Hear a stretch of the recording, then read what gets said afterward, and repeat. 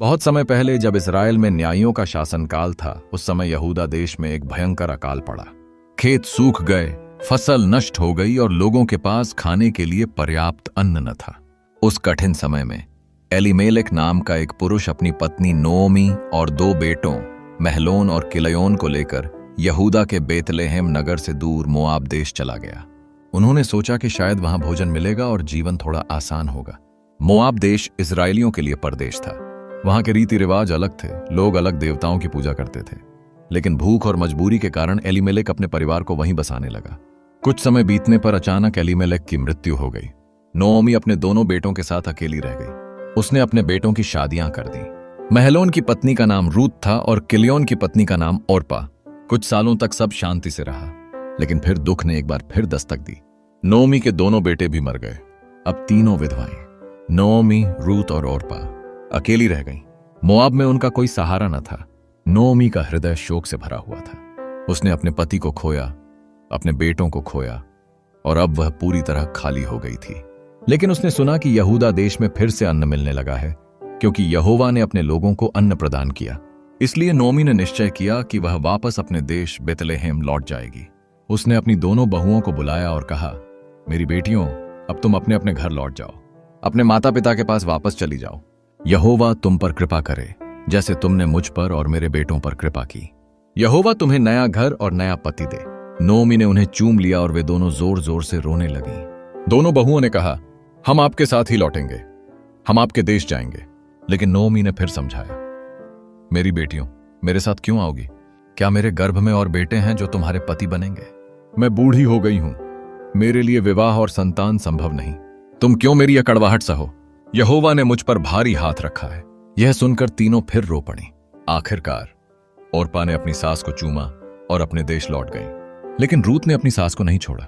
नोमी ने फिर कहा, देखो, तुम्हारी भाभी अपने लोगों और अपने देवताओं के पास लौट गई है, तुम भी उसके पीछे लौट जाओ।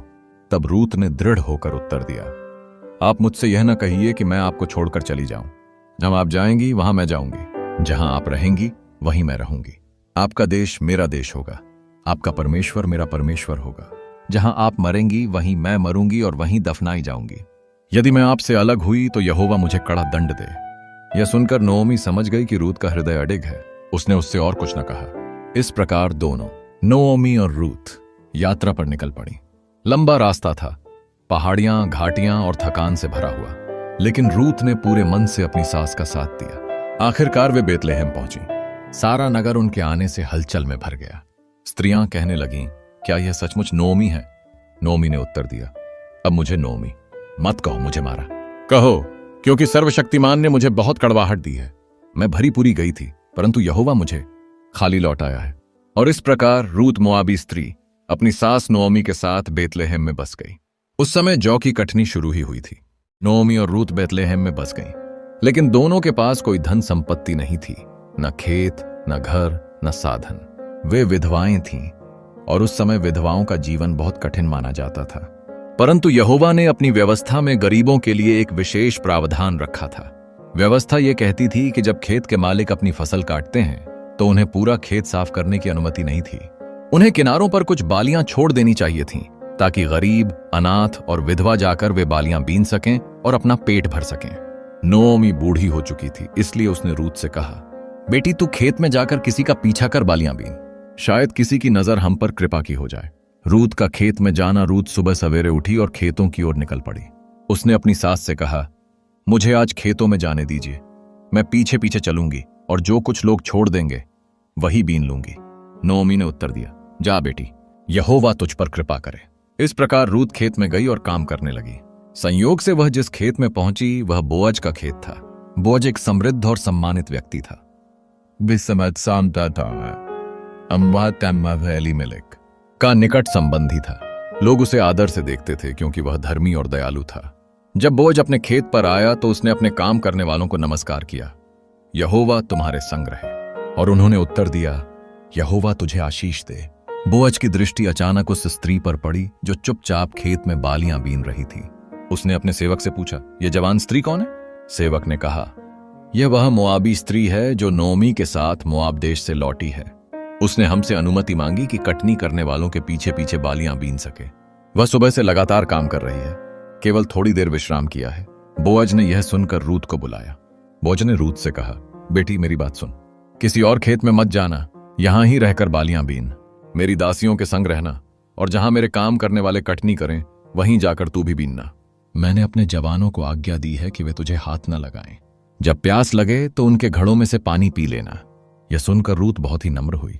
वह झुककर भूमि को प्रणाम करती हुई बोली, मेरे प्रभु, मैं विदेशी हूं, फिर भी आपने मुझ पर कृपा क्यों की? आपने मुझे पहचाना क्यों? बोअज ने कहा, मुझे सब बताया गया है कि तूने अपनी सास के लिए क्या किया। अपने माता पिता, अपने जन्म स्थान को छोड़कर तू एक ऐसे देश में आई जिसे तूने पहले नहीं जाना था। यहोवा तेरा प्रतिफल दे।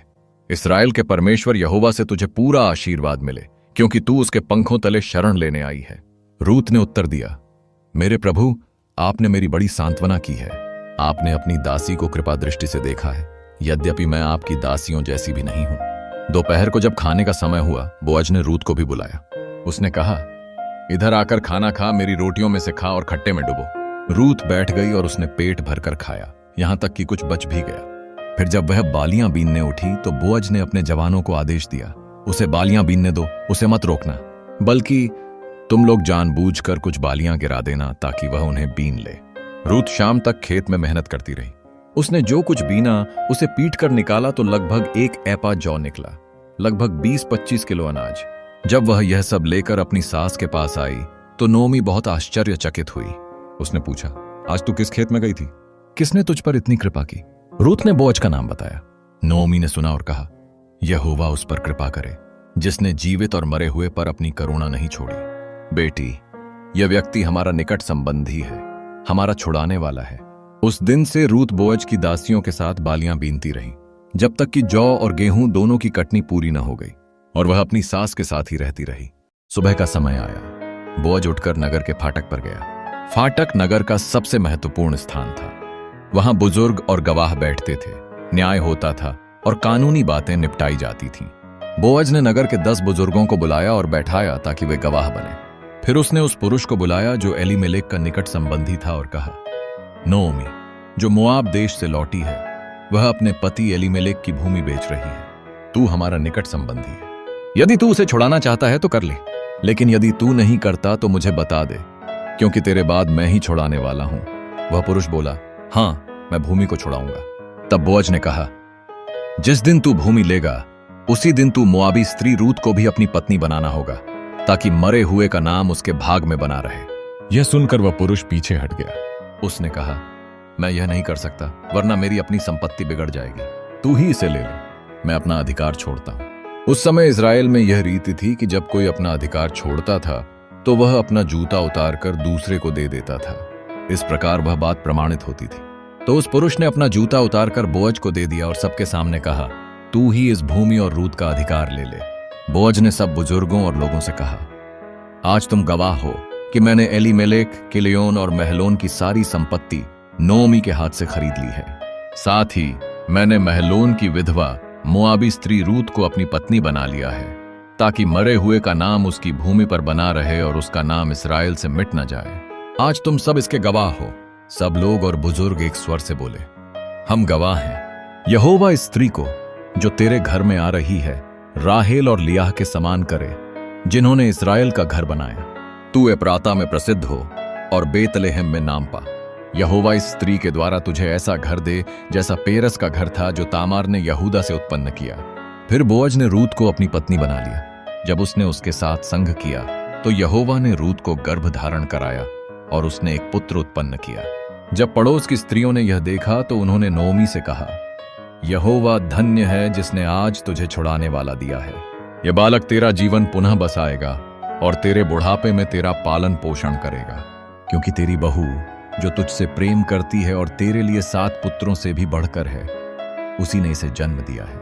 नोमी ने बालक को अपनी गोद में लिया और उसका पालन करने लगी। उस बालक का नाम ओबेद रखा गया। वह यिशै का पिता हुआ और यिशै दाऊद राजा का पिता हुआ।